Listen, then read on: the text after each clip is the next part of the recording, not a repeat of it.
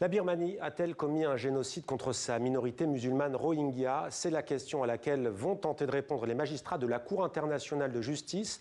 En 2017, des centaines de milliers de Rohingyas ont fui une répression sanglante de l'armée birmane, mais aussi de milices bouddhistes trouvant refuge au Bangladesh voisin. Des témoignages ont fait état de meurtres, de viols collectifs et d'incendies criminels. C'est la Gambie qui a saisi la CIJ. Les audiences ont donc commencé ce matin. Les audiences devraient durer jusqu'au 29 janvier. L'arrêt de la Cour devrait être rendu d'ici 5 à 6 mois. Pour bien comprendre, on retrouve en direct de là et aux Pays-Bas notre correspondante Stéphanie Mopa.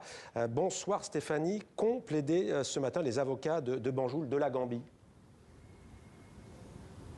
Oui, toute la journée, les avocats de la Gambie sont venus pour essayer de démontrer aux juges, aux 14 juges de cette cour, de la Cour mondiale, essayer de démontrer qu'un génocide a bien été perpétré par les autorités birmanes à l'encontre de la minorité musulmane Rohingya. Et pour ce faire, eh bien, ils sont revenus sur les événements de 2017, parce que vous savez, ce que disent tous les juristes, c'est que le crime de génocide est difficile à démontrer parce qu'il faut démontrer qu'il y a une intention spécifique, et cette intention, dans le cas présent, ce serait que les autorités birmanes avaient l'intention de détruire le groupe des Rohingyas.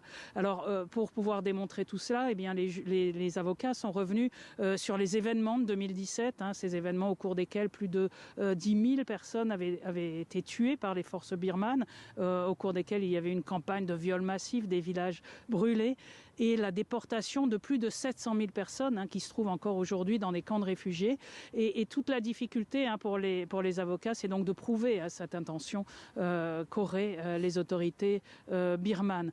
Alors, dans les personnes qui se trouvent aujourd'hui toujours réfugiées dans les camps du Bangladesh, eh bien, il y a trois témoins qui sont ici à La Haye, qui sont venus, qui vont déposer devant les juges en fin de semaine, mais ils déposeront sous pseudonyme, ils déposeront à huis clos, c'est des audiences qui ne seront pas publiques.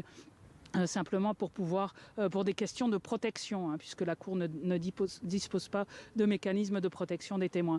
Voilà un peu ces audiences. Après la Gambie, ça sera évidemment à la Birmanie de répondre aux allégations, et il devrait commencer en fin de semaine, vendredi.